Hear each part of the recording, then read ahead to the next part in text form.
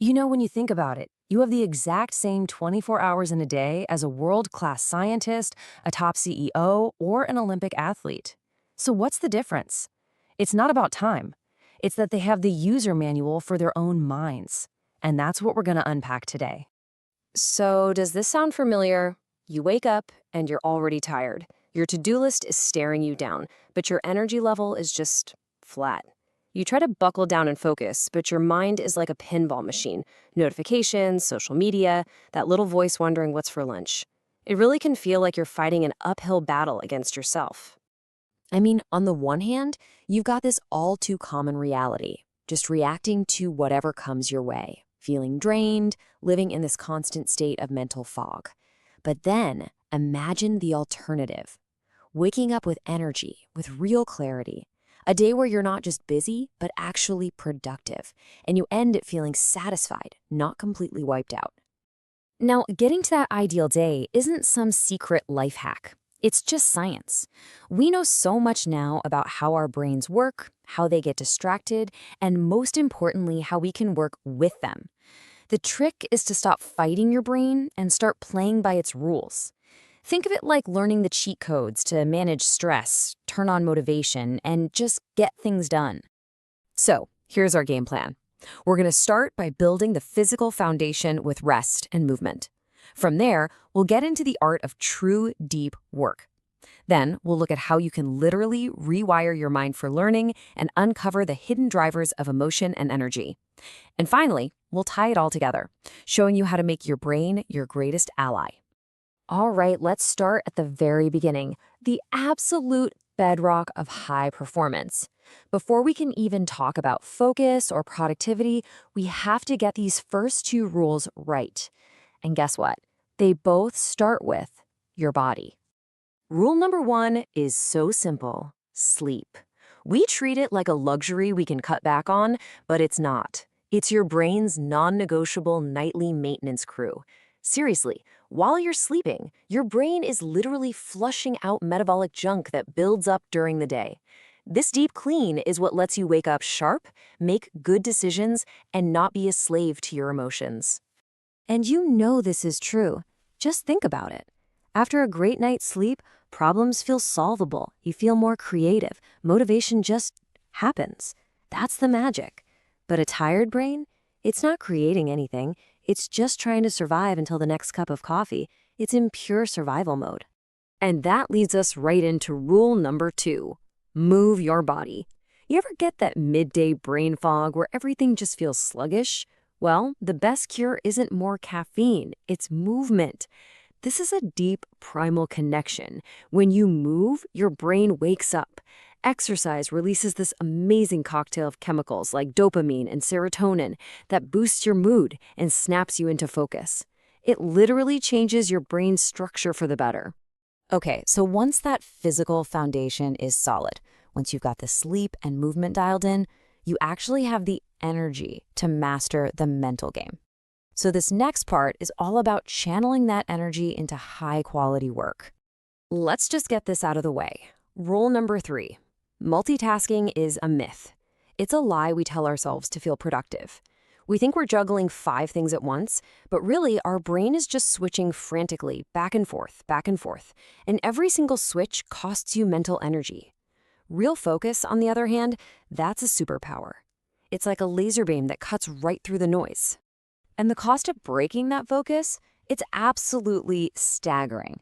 This isn't just a small dip.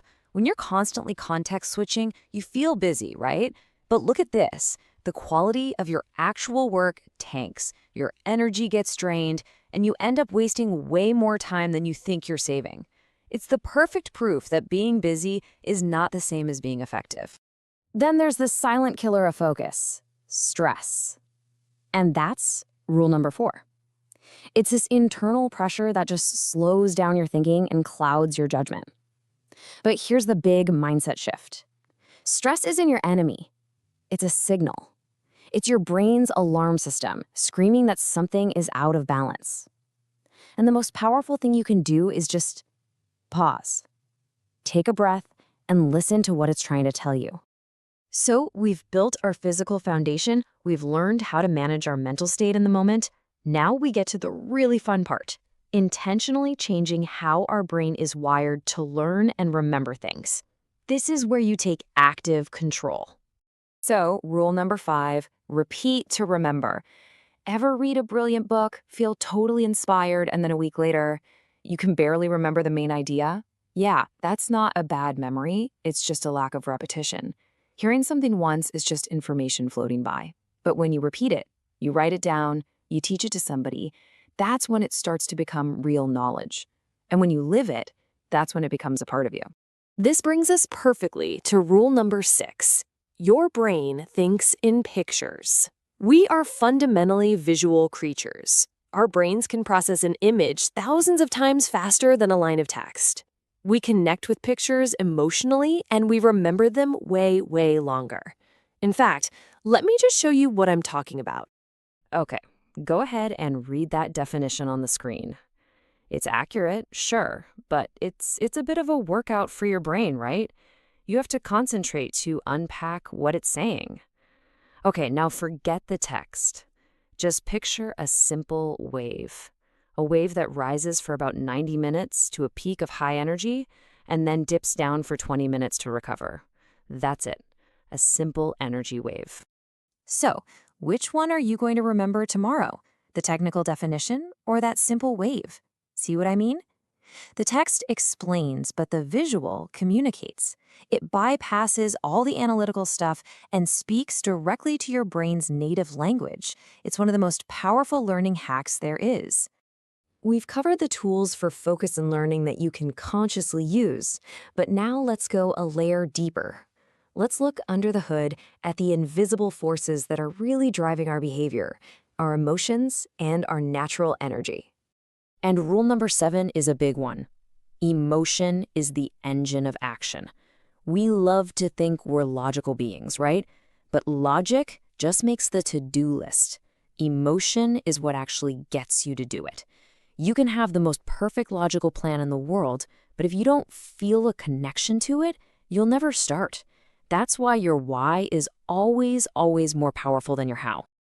And finally, rule number 8, which brings us right back to that wave we imagined. The brain demands breaks.